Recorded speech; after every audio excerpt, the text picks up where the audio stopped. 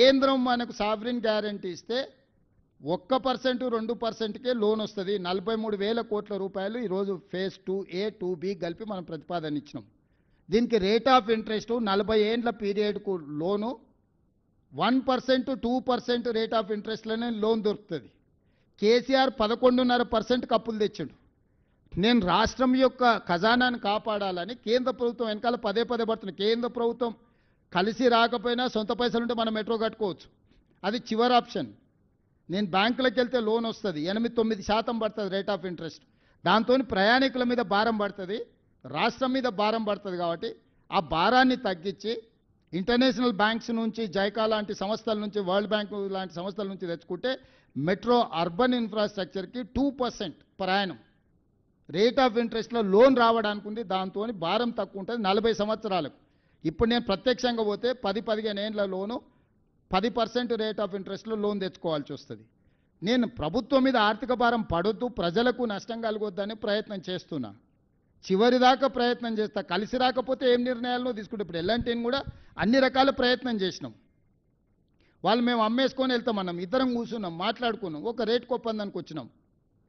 ఇవాళ per kilometre కట్టడానికి Rahul you go and verify 320 నుంచి 350 crores పర్ కిలోమీటర్ మెట్రో కట్టడానికి అవుతుంది ఖర్చు.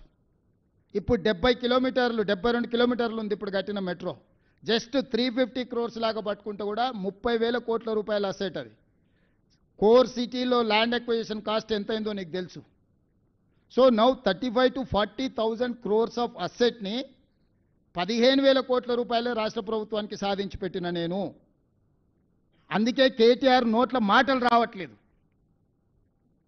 ఇది కొనుగోలు మీద ఆరోపణ చేయలేడు. ఎందుకంటే మొత్తం ప్రపంచంలో ఏడైనా 300 కోట్ల రూపాయలకు తక్కువ కాదు మిగతాది land acquisition cost per kilometre.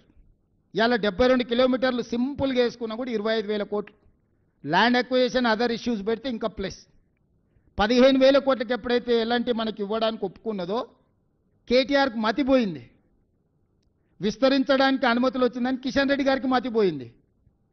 మనం ఊహించనంత వేగంగా ఈ నిర్ణయం తీసుకోవడానికి వాళ్ళు ఉక్కిరిబిక్కిరి అయిపోయి ఎల్లంటి పారిపోయింది అంటున్నాడు. పారిపోయేది ఏంది? ఎల్లంటి మనం వాళ్ళు అమ్ముతున్న రేటుకు మనం కొనుక్కున్నాము. ఎల్లంటి ఈరోజు సంతోషంగా ఉంది.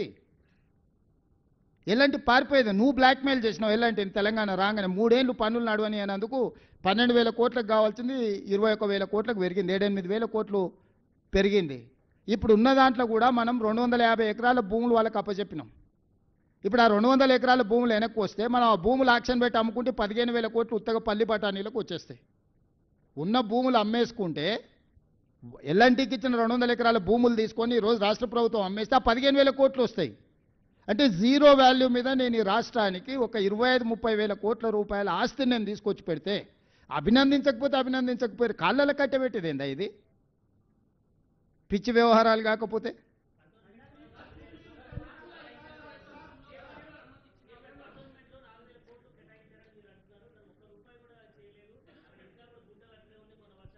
ఏడ పిచ్చోడు మా గణేష్ 3,600 కోట్లు కంటోన్మెంట్ ఉంది. షామీర్పేట ఎలివేటెడ్ కారిడార్కు టెండర్లు అయిపోయినాయి.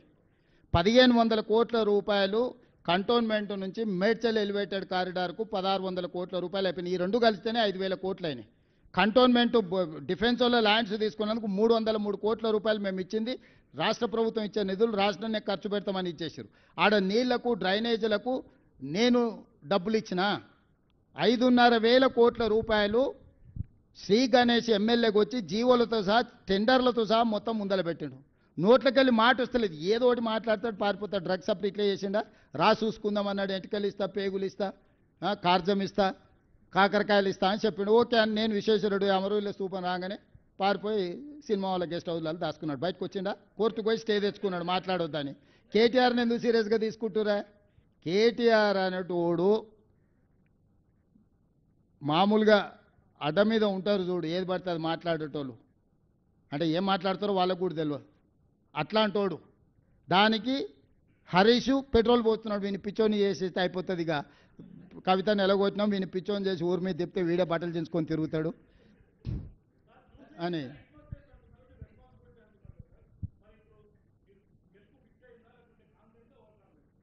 నేను ఏదైనా ప్రతిదాన్ని ప్రతిష్టాత్మకంగానే తీసుకుంటా అని మీకు చెప్పిన. హుజూరాబాదులో 2.5% నుంచి 40%కు ఓట్లను పెంచుకుంటూ సీట్లను పెంచుకుంటూ ప్రభుత్వాన్ని ఏర్పాటు చేసినాము. మా కాంగ్రెస్ పార్టీ కార్యకర్తల శ్రమ మీద కష్టం మీద నాకు సంపూర్ణమైన విశ్వాసం ఉంది. ఖచ్చితంగా ఈ ఎన్నికల్లో కూడా మా కాంగ్రెస్ పార్టీ కార్యకర్తలు జూబ్లీ హిల్స్లో గెలిపిస్తారు. ఇది ఎంతో దూరం లేదు. 14 తారీఖు నాడు మీరు అందరూ కూడా నవీన్ యాదవ్ను ఆశీర్వదించండి. యువకుడు పిల్లగాడు. నేను మళ్ళీ కూడా చెప్తున్నా, గోపి మరణాన్ని రాజకీయ వివాదం మేము చేయదలుచుకోలే. వాళ్ళ తల్లి, వాళ్ళ పిల్లలు, వాళ్ళు చేస్తున్న ఆరోపణలు, కేంద్ర మంత్రి బండి సంజయ్ గారు ఆరోపణలు చేస్తున్నారు కాబట్టి వాళ్ళు పోలీసు వాళ్ళకి లేఖ రాస్తే పోలీసు వాళ్ళు ఖచ్చితంగా విచారణ చేస్తారు. మరణం వెనకాల ఉన్నదేంది, వాళ్ళ సొంత తల్లి అంటున్నది. ముందే మరణించండి, కేటీఆర్ వచ్చే వరకు ప్రకటించకుండా దాచిపెట్టారు, మమ్మల్ని చూడనీయలేదని. ఇది నిజంగా తీవ్రమైన ఆరోపణ. ఏ తల్లి కూడా ఒక కొడుకు మరణాన్ని వేరే ప్రయోజనాల కోసం వేరే ఆలోచనలతో మాట్లాడుతుందని నేను నమ్మను. అమ్మ మీద ఉండే నమ్మకం నాకు ఏ అమ్మ మీదైనా. సొంత తల్లిని కన్న కొడుకు చావు బతుకుల మధ్యలో ఉంటే చూడకుండా ఆపినరు అని అంటే దీనికి కారణం ఎవరు? ఆయన ముందే చనిపోయిండని ఒక వాదన ఉంది. కేటీఆర్ వచ్చే వరకు అది ప్రకటించకుండా ఆపి కొన్ని ఏలిముద్రలు తీసుకున్నారు ఆయన అని ఇంకొక ఆరోపణ ఉంది. మిగతా వాళ్ళు అన్నారు ఈ ప్రభుత్వం పోయిన తర్వాత మాగంటి గోపి గారి కుటుంబం వ్యక్తుల మీద ఉన్న ఆస్తులు ఏంటివి, ఆస్తులు ఎవరికి బదిలీ అని కూడా విచారణ చేయాలని ఇంకా కొందరు అంటుండ్రు. ఇట్లా రకరకాల చర్చ జరుగుతుంది. ఏ చర్చ అయినా బండి సంజయ్ గారు ఫిర్యాదు చేస్తే మాత్రం ఆయన కేంద్ర మంత్రి, పార్లమెంట్ సభ్యుడు, పోలీసులు ఖచ్చితంగా విచారణ చేస్తారని నేను భావిస్తున్నా. చట్టం తన పని తాను చేసుకుపోతుంది. రాజకీయంగా మాగంటి గోపి మరణాన్ని నేను వివాదాస్పదం చేయదలుచుకోలేదు. వాళ్ళ కుటుంబ సభ్యులు, పిల్లలు కావచ్చు, తల్లి కావచ్చు, వారు సతీమణి, మొదటి సతీమణి కావచ్చు, రెండో సతీమణి కావచ్చు, ఆ వివాదాలను